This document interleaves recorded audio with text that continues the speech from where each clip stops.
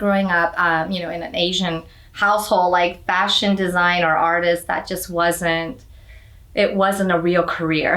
Let's just say that. So my parents weren't supportive of me going to an art school and pursuing fashion design. And so I kind of had to do that on my own, meaning like I really had to get a job and support my education on my own because my family, like, they were really against it. So I was born in Korea. I was born in South Korea. My father was in the military. He got based in Anchorage, Alaska. So we moved out there when I was 6. I grew up as a big tomboy. Like, I grew up with all boys. So my brothers from Alaska, they're big hunters. We would go during the summer, stay out in the cabin, and they'd hunt grizzly bears. And it wasn't like little hunting. Like, they hunt bears. So they built this huge cabin out in the mountains. So we'd go out there every, like summer, winter. At a young age, I loved drawing. I loved sketching. I would sketch up my own designs. I would make doll clothes out of like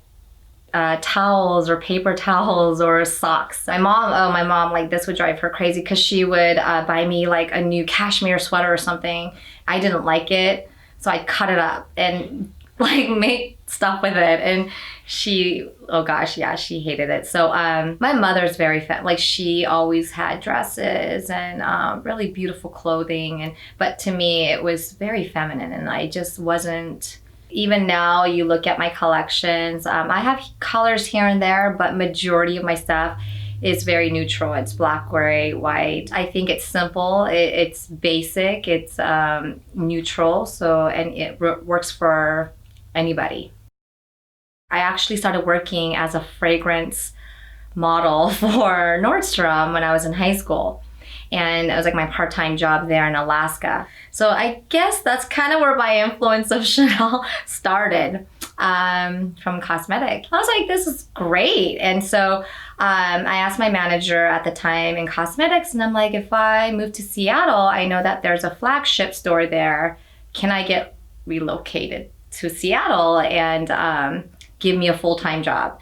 And she said yes. And so that was kind of like okay, you know what? I can do this. I can support myself. I can pay for my education, get an apartment, do this. And went to school here. I went to Art Institute of Seattle. All I knew at the time was that I love beautiful dresses. I love beautiful, when women came out wearing beautiful garments, I just love that, and I wanted to be part of it. I wanted to either design it or wear it, and so Art Institute were really good about teaching me that, the technical side, which I wasn't even thinking about at the time.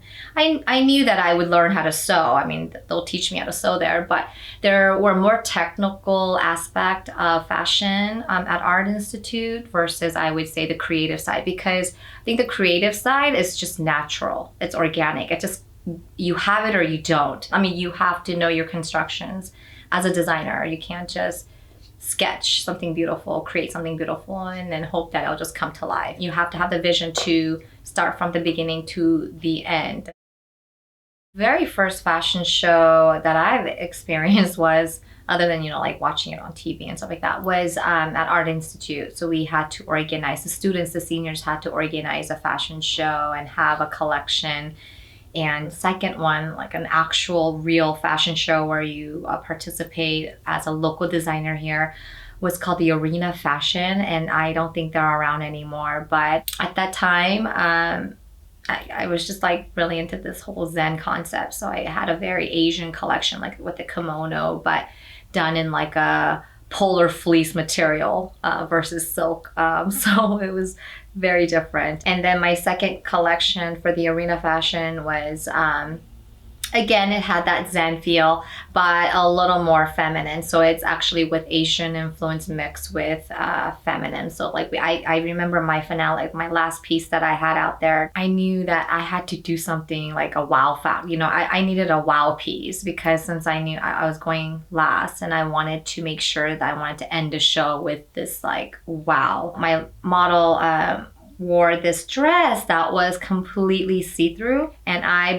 remember going to Joann's Fabric, and I think I bought like hundreds of roses and petals. And that mesh dress from head to toe, I mean, well, from neck to toe, it was this long gown of mesh, but see-through, and it had rose petals stuck on, sewn on to every part. And I remember someone did offer to buy that at the show. They wanted to, but I kept it, but I don't know where it went. I'm like, oh. And they gave us a copy of our CD of our fashion show and like sharing it with everybody. That was exciting. That's when I was like, yeah, I can call myself a designer. So yeah.